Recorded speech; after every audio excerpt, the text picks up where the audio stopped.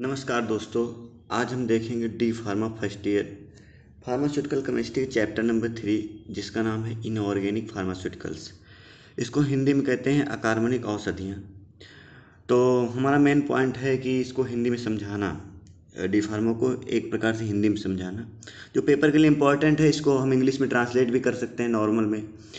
तो हमारा इसका 2 पार्ट हम पहले बना चुके हैं, जिसमें हेमेटेनिक्स के हम सारे एग्जाम्पल भी बता दिए हैं। तो आज पार्ट नंबर 3 है। तो इसमें हम देखेंगे एंटासिड्स। एंटासिड्स क्या होते हैं? तो एंटासिड्स एक प्रकार से इसको हम प्रतिअम्ल हिंदी में कह सकते हैं। तो इसकी हम डिफिनेशन देख लेते हैं क्या होती है। तो एंटासिड प्रतिअम्ल कारक वह पदार्थ होते हैं जो अमाशय में अम्ल की अधिक मात्रा को उदासीनीकृत करते हैं। ये वो पदार्थ होते हैं जो अमाशय में अम्ल की अधिक मात्रा को उदासीनीकृत करते हैं और अमाशय में उत्पन्न दर्द, अल्सर आदि के लिए प्रयोग किए जाते हैं। और ये हमारे जो अमाशय में कभी कभी दर्द होते हैं, अल्सर हो जाती है, गैस बनने लगती है, उसके भी लिए ये प्रयोग किए जाते हैं। तो अब आगे देख लेते हैं। अमाशय में जो होता है, हमारा जो अमाशय होता है उसमें पीएच स्तर जो होता है 1 से लेकर 7 पीएच 7 तक उपस्थित हो सकता है। तो हमारा जो पीएच स्तर है 1 से लेकर 7 तक हो सकता है। ये हमारे अमाशय के पीएच स्तर हो गए। अब हम इसकी आइडियल प्रॉपर्टीज़ देख लेते हैं। आइडियल प्रॉपर्टीज़ क्या होती हैं? तो आइडियल प्रॉपर्टीज में इसको हिंदी में कहते हैं आदर्श गुण। नंबर 1 पे 3 ही आइडियल प्रॉपर्टीज हम देखेंगे। मेन पॉइंट में इसमें बहुत हैं। इसमें जितना लिख देंगे उतना ही नंबर मिलेगा, लेकिन पेपर के लिए अगर जिसे जो अभी तक कुछ नहीं पढ़े हैं तो ये 3 ही लिख देंगे, बहुत हो जाएगा हमारे लिए। तो इसका पीएच स्तर जो होता है 4 से 6 के मध्य होना चाहिए। इसका जो पीएच स्तर है वो पीएच स्तर है 4 से 6 के मध्य होना चाहिए। और या भोजन के अवशोषण में हस्तक्षेप नहीं करना चाहिए। ये जो होता है, जो हमारा भोजन होता है अवशोषण, जब हम उसको अवशोषित करते हैं तो उसमें हस्तक्षेप नहीं करना चाहिए। इसका ये भी एक आइडियल प्रॉपर्टीज है। और फिर इसी यह है, नेक्स्ट देख लेते हैं थर्ड वाली क्या है। यह निगलने योग्य सस्ता होना चाहिए। इसको हम निगलने योग्य सस्ता होना चाहिए। अब इसमें और भी हैं, जैसे या भोजन के अवशोषण में हस्तक्षेप नहीं करना चाहिए, इसको मैंने पहले बता दिया है। अभी एक और है, या पेप्सिन के श्रवण को बंद कर देता है। और भी है, या लंबे समय तक चलने के लिए बहुत तेज़ी से कार्य करते हैं। तो हमारी बहुत हो गई। इसकी हम इंग्लिश में भी लिख सकते हैं। इंग्लिश में कैसे लिख सकते हैं? थर्ड वाला जैसे हमने देखा था, या लंबे समय तक बहुत तेज़ी से काम करते हैं। तो it should act repeatedly for the prolonged time period. एक प्रकार से हम इसको लिख सकते हैं। अब इसका हम क्लासिफिकेशन देखेंगे आगे। तो हम एंटासिड्स का क्लासिफिकेशन देख लेते हैं। वर्गीकरण एक प्रकार से इसको कहते हैं। एंटासिड्स, इसे हम पहले बता देते हैं, इसे एक प्रकार से प्रतिअम्ल कारक कह सकते हैं, जो अमाशय सामान्य रूप से अति अम्लता को उदासीनीकृत करता है। ये हमारे अमाशय में जो समान रूप से जो अति अम्ल हो जाता है उससे उदासीनीकृत कर देता है। और उसे 2 प्रकार से विभाजित किया जाता है। इसको हम 2 प्रकार से विभाजित करते हैं, जो एंटासिड को 2 प्रकार से विभाजित करते हैं। अब हम देख लेते हैं 2 प्रकार में पार्ट कौन कौन से हैं। Number 1 systematic antacids. Systematic antacids, इसको हम हिंदी में कहते हैं प्रणालीगत प्रतिअम्ल कारक। और इसको सेकंड वाला हमारा क्या है? Non systematic antacids. अब इसे कहते हैं प्रणालीगत अम्लकारक प्रतिअम्ल कारक। अब हम इसके कुछ एग्जाम्पल देख लेते हैं। हमने 2 प्रकार बता दिए, इसे 2 प्रकार से विभाजित किया जाता है एंटासिड को। अब इसके हम एग्जाम्पल देखेंगे, एग्जाम्पल कैसे होते हैं, इसके क्या होता है। तो एग्जाम्पल में इसके प्रकार से देख लेते हैं। Following are some common example antacid. इसके जो कॉमन एग्जाम्पल हैं हम वही बताएंगे। जो 1 2 3 4 5 जो भी हैं मैं बता दूंगा। नॉर्मल में बहुत हैं एक प्रकार से, लेकिन जो कॉमन है वही बताऊंगा। तो नंबर 1 पे है एल्युमिनियम हाइड्रोक्साइड जेल। इसको हिंदी में भी ऐसे लिख सकते हैं। और दूसरा है मैग्नीशियम हाइड्रोक्साइड जेल मिक्सचर। इसको फिर हिंदी में वैसे लिख सकते हैं। सोडियम बाइकार्बोनेट वैसे सेम होगा। कैल्शियम बाइकार्बोनेट ये भी सेम होगा। जो हिंदी में लिखे चाहे इंग्लिश में, इसको हम एक जो एग्जाम्पल है दोनों में लिख सकते हैं। हिंदी इंग्लिश सेम ही है। तो अब हम इसका एग्जाम्पल देख लेंगे। अब एग्जाम्पल भी देख लिया। अब देखेंगे कि सबसे पहले एल्युमिनियम हाइड्रोक्साइड जेल के क्या प्रयोग हैं। इनका क्लासिफिकेशन क्या है, प्रिपरेशन क्या है, फिजिकल प्रॉपर्टीज़ क्या है, केमिकल प्रिपरेशन क्या है। अब हम देखेंगे एल्युमिनियम हाइड्रोक्साइड जेल को कैसे इसका डिफिनेशन कैसे देते हैं। हम पहले देख चुके हैं कि पहले मैंने बता दिया है एल्युमिनियम हाइड्रोक्साइड जेल, जिसको एक प्रकार से हम लिख सकते हैं Al2O3।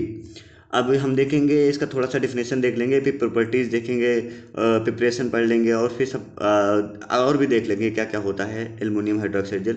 तो एल्युमिनियम हाइड्रोक्साइड जेल में एल्युमिनियम 3.5% से कम 4.4% से अधिक नहीं होना चाहिए। इसका एक ये भी है कि इसमें 3.5% से कम नहीं होना चाहिए, 4.4% से अधिक नहीं होना चाहिए। अब इसका हम प्रिपरेशन देखेंगे कि प्रिपरेशन क्या होती है। प्रिपरेशन को हिंदी में लिख सकते हैं उपक्रम, ये हमें याद रखना है, क्योंकि हमें दोनों याद रखना है। पेपर में इसका हमें ट्रांसलेट करके आराम से लिख सकते हैं। अब एक प्रकार से हम तो बोलें कि आप इंग्लिश में लिखें ज़्यादा बेटर रहेगा, लेकिन हिंदी में समझने के लिए बहुत आसान है। जो यूपी बोर्ड के बच्चे हैं वो डी फार्मा करना चाहते हैं, तो हम उनके लिए ही मेहनत ज़्यादा कर रहे हैं कि वो हिंदी में समझें और लिख भी सकते हैं, वो नंबर कटेगा नहीं। तो एल्युमिनियम लवड़ों को एक प्रकार से हम सेल्ट्स कहते हैं, नमक, जो हम लिखें पहले में यह अमोनियम गैस मिलाने पर जिलेटिन के रूप में अवक्षेपित होता है, और जिसे पोटास को हम फिटकरी कहते हैं। अब इसका हम वो देख लें कि सूत्र क्या होता है। एक प्रकार से K2SO4 इंटू Al2SO4 का होल राइज इंटू 80H2O। अब ये हमारा हो गया इसका सूत्र एक प्रकार से। अब हम आगे देखेंगे इसको मिलाकर एल्युमिनियम लवण, एक प्रकार से इसको सेल्ट्स कहते हैं, के स्रोत के रूप में प्रयोग करते हैं। मिश्रण को गर्म करने पर हाइड्रोक्साइड उभयधर्मी एमोरोफेस हो जाता है। उभयधर्मी को एमोरोफेस कहते हैं। अब हम देखेंगे इसका क्या होता है प्रिपरेशन, एक प्रकार से प्रिपरेशन देखेंगे कैसे होता है। Al2+ 3OH gives out Al2 bracket में OH3। अब इसका हम प्रिपरेशन ये देख लें। अभी हम ये अगर हम डिफिनेशन लिख देंगे, इसका प्रिपरेशन लिख देंगे, तो हमारा सेम नंबर बढ़ जाएगा, समझ लीजिए, कटेगा नहीं। और सेकंड वाला इसका हम देखेंगे क्या होता है। तो यह होता है, या एल्युमिनियम लवण एक प्रकार से सेल्फ्स कहते हैं कि क्रिया अमोनियम हाइड्रोक्साइड से कराने पर यह प्राप्त हो सकता है। Al CO3 + 3NH4OH gives out AlOH का होल थ्राइज प्लस 3NH4Cl, ये हमें प्राप्त हो सकता है। तो हमने देख लिया है प्रिपरेशन, एल्युमिनियम हाइड्रोक्साइड का प्रिपरेशन देख लिया। अब हम देखेंगे इसका फिजिकल प्रॉपर्टीज। तो हम देखेंगे फिजिकल प्रॉपर्टीज क्या होती हैं, भौतिक गुण हिंदी में कहते हैं। तो यह सफ़ेद रंग का जेल है जो अम्ल एवं क्षारों में घुलनशील है। एक प्रकार से यह जो एल्युमिनियम हाइड्रोक्साइड है, यह सफ़ेद अम्ल का जेल है एक प्रकार से। तो इसका गलनांक जो होता है 300 डिग्री सेल्सियस है। जो इसका जो गलनांक हो सकता है, गलनांक स्तर होता है 300 डिग्री सेल्सियस से होता है। तो अब हम आगे देखेंगे फार्मास्यूटिकल फार्मूलेशन, इसको हम कैसे यूज करते हैं फार्मास्यूटिकल फार्मूलेशन में। तो औषधीय सूत्रीकरण, तो ओरल सस्पेंशन है, ये मौखिक सस्पेंशन है। सस्पेंशन एक प्रकार से निलंबन कहते हैं हम इसको, लेकिन हमने यहाँ सस्पेंशन लिख दिया है। और इसकी जो कितना mg होना चाहिए, 329 mg से 5 ml।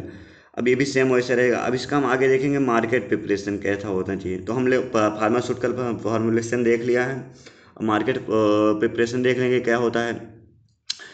तो मार्केट प्रिपरेशन में कैसे हम इसको जाएंगे, तो मिल जाएगा बाज़ार में हमें। तो अल्टरना जेल हम अगर बोल देंगे तो हमें ये मिल जाएगा।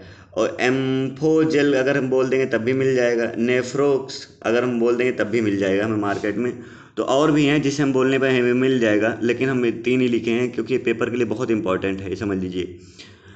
अब हम इसका देखेंगे स्टोरेज कंडीशन क्या होना चाहिए। स्टोरेज कंडीशन में हम देखेंगे कैसे इसको रखते हैं, भंडारण स्थितियाँ। तो इसे अच्छे एवं बंद नीले रंग के कांच के डिब्बों में रखा जाना चाहिए। और सेकंड पे इसे देखेंगे, इसे ठंडा होने से बचाना चाहिए। अब जैसे इसको हम बंद नीले रंग के कांच के डिब्बों में रख दें, तो इसको एक प्रकार से इसे ठंडा भी होने से बचाना चाहिए। अब ये यूज हमने देख लिया, स्टोरेज कंडीशन देख लिया। अब इसका हम यूज देखेंगे। सॉरी, गलती हो जाती है सबसे, लेकिन हम एक बार फिर से हम सॉरी मांगते हैं। अगर कोई इसमें गलती हुई तो हमें माफ़ कर देना, क्योंकि इससे पहले अभी हम नया अभी अप्लाई कर रहे हैं बोलने के लिए। तो हम देखेंगे यूज क्या होता है। तो यह प्रणालीगत या इसे एक प्रकार से बोलते हैं नॉन सिस्टमेटिक प्रतिअम्लकारक एंटासिड्स होता है। इसका यूज ये होता है, इसे त्वचा स्किन के रोगों में के इलाज में प्रयोग करते हैं। इसे त्वचा की स्किन के रोग में भी प्रयोग करते हैं। जो हमारा ये होता है एल्युमिनियम हाइड्रॉक्साइड जेल होता है, इसे हम त्वचा के रोगों के लिए भी प्रयोग करते हैं। तो ये हमारा रहा एल्युमिनियम हाइड्रॉक्साइड जेल। और हमारे बच्चे के जो और भी हैं पार्ट, जैसे कि magnesium hydroxide gel, sodium bicarbonate, calcium bicarbonate, इसको हम अगले पार्ट 3 में बताएंगे, 4 में बताएंगे। 3 तो हमारा ये हो गया। तो यदि हमारी ये वीडियो आपको अच्छा लगा हो तो चैनल को सब्सक्राइब करें, लाइक करें। यदि हमसे कोई गलती हुई हो या बोलने में या कुछ लिखने में गलती हुई हो तो सीधे कमेंट में हमें बताएं, जिसे बताने से क्योंकि सुधार हो सकता है अभी। तो धन्यवाद। अगर ये वीडियो अच्छा लगा तो शेयर भी करें।